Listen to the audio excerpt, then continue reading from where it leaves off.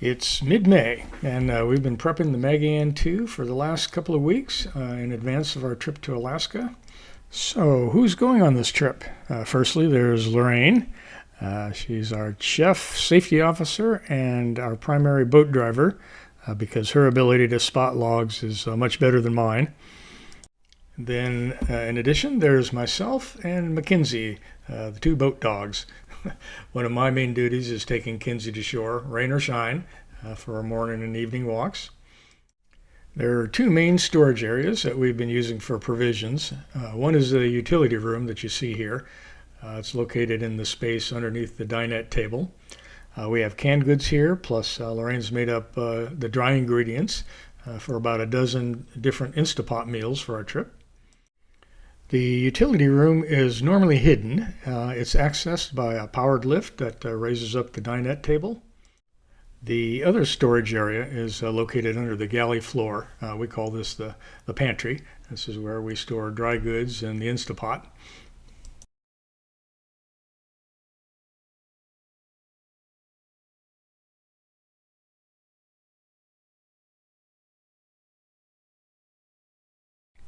Another part of our preparation was installing the RV version, Gen 3, of the Starlink satellite system on the command bridge.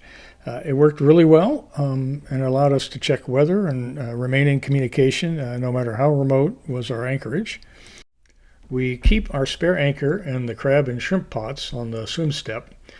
Also located here are two small lockers that have 400 feet of line for each of the shrimp pots and some other miscellaneous items. And then in the cockpit area, we have Mackenzie's pee pad, which she will use, although reluctantly. Mostly I'll be taking her to shore in the morning and evening in the dinghy for her constitutional.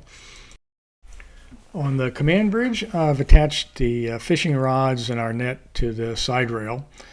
Also, we have got lots of storage space under the seat cushions up here. Fishing tackle, pot bullers, downriggers, weights, those are all stored up here. Well, there's more we could say about preparation, but Lorraine's already done a segment on safety planning, so I'll refer you to that video.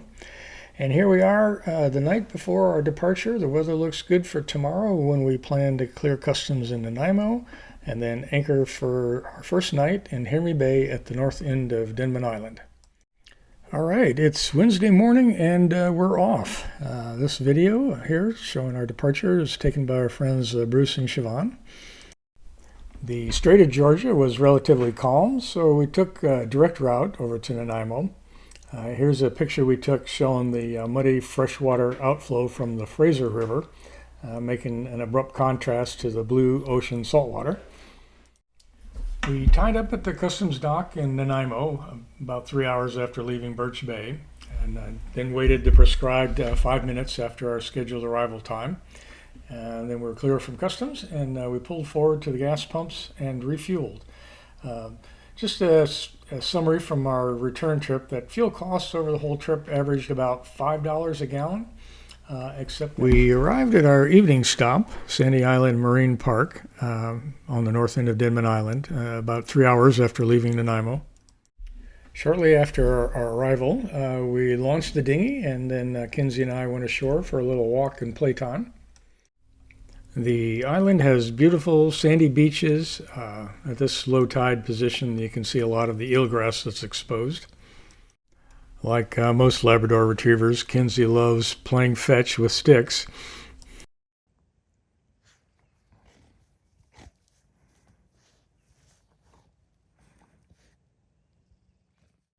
Lorraine took this nice photo of the moonrise on a beautiful still evening on our first night out. The weather was forecast to be a little breezy as we made our way up the Campbell River, but then after that it was supposed to be good in Johnstone Strait with easterly winds, so we decided we would refuel at Campbell River and then push on to Port McNeill. We've topped up our tanks at Campbell River, but now we have to decide what we're going to do at Seymour Narrows, which we would arrive there at about 9 a.m., which is nearly the max ebb current.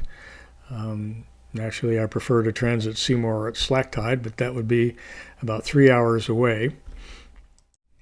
So we decided to wait and let the current die down, and after a bit we noticed several other boats are crossing, and decided that, well, since we had lots of power, and another factor was we had only a slight southerly wind, so we did not have a wind against tide situation. So we decided to proceed ahead. The primary whirlpools and boils seem to form along the major ebb tide lines that are shown in this diagram on the left, and a photo on the right. So we favored the left center of the channel, following the example of the previous boats that had gone through. Once we got through the narrows, conditions were nice and calm, and as an added bonus, we were able to ride the ebb tide westward for a nice savings in fuel. Just south of Port McNeill, we encountered a large colony, probably 30 or 40 sea otters that were clustered in smaller family groups. This is actually the first time I've seen them in this area, although we've seen them quite a bit on the west side of Vancouver Island. We had called ahead for a reservation in Port McNeill. We ended up on the B dock at the North Island Marina. On our way up in Johnstone Strait, we did end up bumping a small log. It didn't seem like it was too significant, but I still wanted to look at the hull and see if there were any scratches, so I took out my GoPro and took a look around, and actually couldn't see any marks at all. Also had a look at the props as well, just for fun.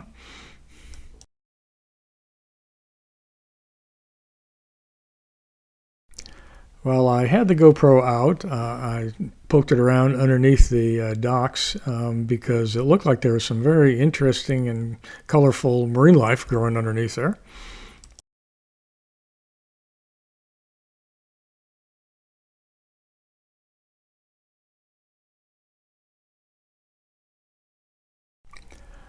Weather conditions have been pretty stormy for the past couple of days in Cape Caution area, and not particularly good for Friday either, so for crossing Cape Caution. So we opted to stay in Port McNeill at least one more night. And here's Kinsey resting on the bench seat, enjoying our day of relaxation here in Port McNeill.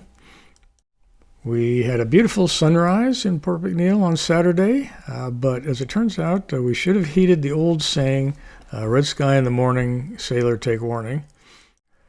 So looking at the forecast for Saturday afternoon, which is when we would be crossing Cape Caution, it didn't look too bad. The wind was with the tide, and so we were cautiously optimistic. Unfortunately, the only real-time buoy data that we had available was from the distant South Hecate station. As the most useful buoy, the West Sea Otter, was out of commission. The lighthouse reports from Pine Island and Egg Island were reporting low to moderate swells at the time of our departure, but that was forecast to diminish. And then, so we left, and about 2 hours out of Port McNeill, we entered into Queen Charlotte Strait and started feeling the swells. Well, the forecasted diminishment did not happen. Moderate swells are 6 to 12 feet, and I'm positive we had some that were a fair bit more than 12 foot. So I think these were swells that had been generated some distance offshore from the previous 2 days of strong winds and had just now arrived in the area. Well, we decided to press on, so we worked our way during 3 hours of more or less unrelenting unhappiness. We finally reached the protection of Calvert Island, and from that point on we had relatively smooth conditions to our anchor spot in Pruth Bay. So after crossing Cape Caution 5 times now, this was the worst time. So hopefully we won't have to experience that again. When we got to Pruth Bay, we anchored in a small cove that was next to the Hakai Institute. The wind was still pretty strong, so we decided not to take the dinghy over to hike to West Beach. However, there was kind of a neat little small island nearby that I took Kinsey over to for her evening walk. The geology of this island was pretty interesting, completely composed of this pinkish granite, and then the beaches are made up of granite pebbles that are eroded from the bedrock. We found a nice stick for Kinsey to play fetch, and she had a great time swimming in the ocean.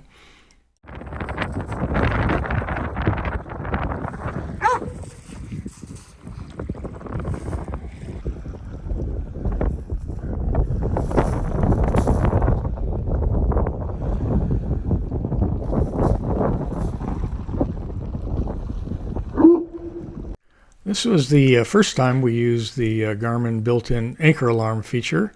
So I thought I'd just document that. To use this feature, I just first click on the home page button, and then that'll get you a screen with the blue settings icon. Clicking on the settings icon will bring up this first pull-down menu on the left side there. And from that settings menu, you'll press alarms. That'll bring up another menu. And from that one, you can press navigation, and that'll bring up another menu. And from that, you can select anchor drag. Selecting anchor drag brings up this menu. You can turn the alarm on. Then you can set the radius to desired number. Here it's 200 feet. And then you want to edit the alarm area so that you can move the center point of the radius circle to the location where you drop the anchor. After selecting edit the alarm area, we want to click on the move center button. And then we can use the touch screen to move the center of that circle from the boat's position to the location where we drop the anchor. Once we've moved the center of the circle over to the anchor position, then we can go down to the lower right and click Done. And we'll be finished with this part. And finally, we want to conserve power because we want this on overnight. So we're going to turn off our sonar. And then we're going to press the power button once. Don't hold it down, and that'll bring up this menu. So we don't want to turn off the system or put it to sleep. We just want to reduce the amount of power involved in lighting up the screen. So we're going to reduce the backlight. And we do this by repeatedly pressing the power button, and that'll step through the backlight intensity and gets to the point where you can't see the screen anymore. And then in the morning, we want to bring the screen back up. We can continue pressing the power button, and that'll bring the intensity back up to where you can see the display. Okay, well, we've made it across Cape Caution, one of the two major hurdles on this trip.